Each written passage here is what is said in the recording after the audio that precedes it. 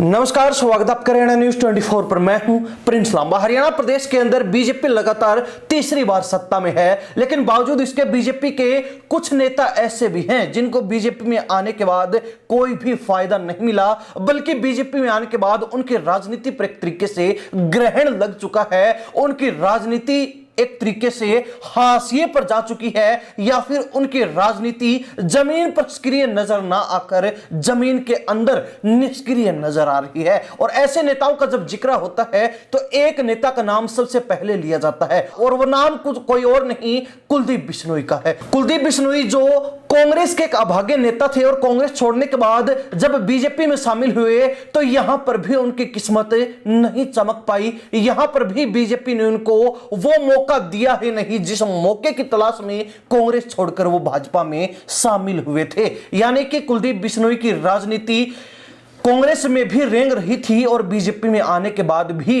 रेंगने पर ही मजबूर रहना पड़ा है। ऐसे में अब बात की जाए कुलदीप बिश्नोई की, तो क्यों जो है उनको बार बार नजरअंदाज किया जा रहा है? क्यों कुलदीप बिश्नोई की मेहनत पर बीजेपी बार बार पानी फेरने का काम कर रही है? और कुलदीप बिश्नोई से आखिर बीजेपी को इतना डर क्यों लग रहा है कि बीजेपी कुलदीप बिश्नोई को कोई भी बड़ा पद देना ही नहीं चाहती है, और देने से साफ अपने अंदाज में इनकार करती नजर आ रही है? पूरे मामले पर विस्तार से चर्चा करते हैं। आपको बता दें कि कुलदीप बिश्नोई 2022 के अंदर कांग्रेस छोड़कर बीजेपी में शामिल हुए थे।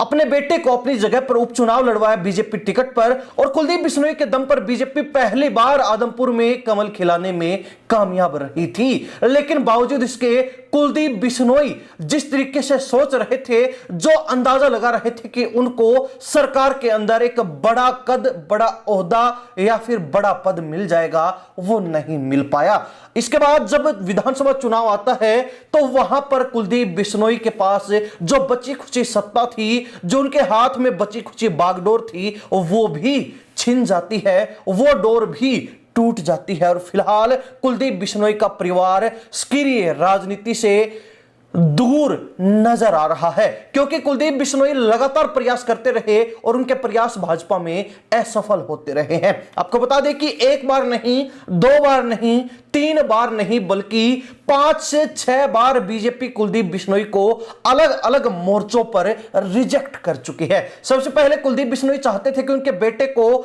सैनी मंत्रिमंडल के अंदर मंत्री बनाया जाए, लेकिन उनका यह सपना पूरा नहीं हो पाया। इसके बाद अगला जब चुनाव आया तो कुलदीप बिश्नोई को झटका उस समय लगा जब वो विधानसभा चुनाव ही अपनी पैतृक सीट से हार गए, अपने गढ़ से ही चुनाव हार बैठे। इससे पहले जब लोकसभा चुनाव था तो कुलदीप बिश्नोई को हिसार लोकसभा सीट से टिकट नहीं मिली, जो उनके लिए एक और बड़ा झटका था। इसके अलावा आपको बता दें कि 2 से 3 बार कुलदीप बिश्नोई राज्यसभा जाने के लिए भी प्रयास कर चुके, लेकिन बीजेपी ने हर बार उनको सिर्फ ठेंगा ही दिखाया, और बीजेपी ने एक बार भी उनका नाम राज्यसभा के लिए रिकमेंड ही नहीं किया, जो साफ दर्शाता है कि अनेक मोर्चों पर अनेक बार कुलदीप बिश्नोई बीजेपी से रिजेक्ट हो चुके हैं। लेकिन बावजूद इसके कुलदीप बिश्नोई की बीजेपी में आने के बाद मेहनत और उनकी लगन की बात की जाए तो वो बड़ी अच्छी रही है। कुलदीप बिश्नोई ने अपने स्तर पर अपने कार्यकर्ताओं को सक्रिय करने के लिए पूरे हरियाणा प्रदेश में कार्यक्रम करने शुरू किए, लेकिन जब उनको यह एहसास हुआ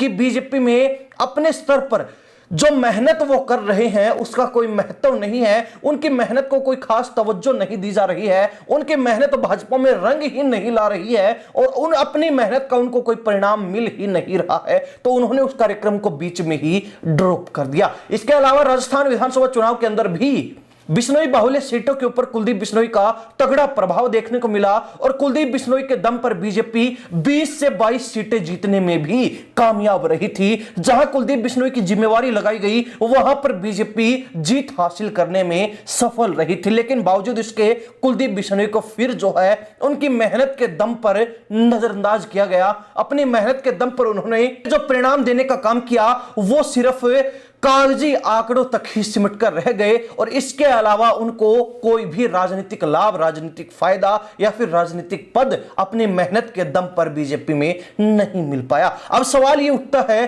कि कुलदीप बिश्नोई के बाद कांग्रेस छोड़कर भाजपा में आने वाले नेताओं को बीजेपी सिरमौर बनाकर सर पर बिठाने का काम कर रही है, तो कुलदीप बिश्नोई को क्यों पीछे छोड़ा जा रहा है।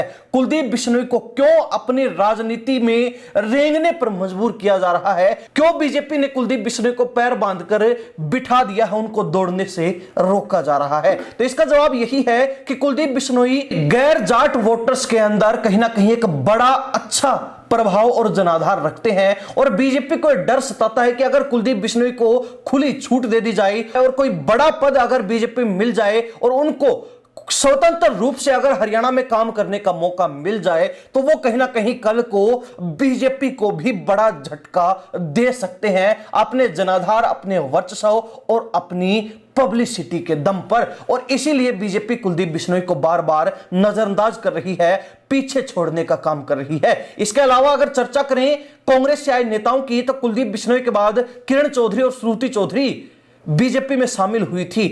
किरण चौधरी को आते ही राज्यसभा सांसद बनाया गया और उनकी बेटी के विधानसभा चुनाव में जीत दर्ज करने के बाद हरियाणा सरकार में मंत्री बना दिया जाता है। यानी कि किरण चौधरी और श्रुति चौधरी मां बेटी की जोड़ी को बीजेपी ने आते ही सराखों पर बिठाया, लेकिन कुलदीप बिश्नोई के साथ हमेशा से सौतेला व्यवहार होता रहा है और इसीलिए कुलदीप बिश्नोई को कांग्रेस छोड़कर भाजपा में आने वाले अभागे नेताओं की लिस्ट में सबसे पहले नंबर पर रखा जाता है। यही सबसे बड़ी वजह है कि कुलदीप बिश्नोई आज तक बीजेपी में राजनीति के दम पर दौड़ने की बजाय सिर्फ रेंग ही रहे हैं और अब हालात ये हैं कि वो लगातार प्रयास करने के बावजूद भी ना कोई कद बना पाए, ना कोई पद प्राप्त कर पाए और फिलहाल चुनावी राजनीति में भी हार दर्ज करने के बाद चुपचाप बैठे हैं कि अगर कहीं बीजेपी एडजस्टमेंट करती है तो अच्छा है, अन्यथा उनको फिर से कोई बड़ा कदम भी उठाना पड़ सकता है। यह भविष्य के गर्भ में है कि कुलदीप बिश्नोई क्या कुछ फैसला लेते हैं, क्या कुछ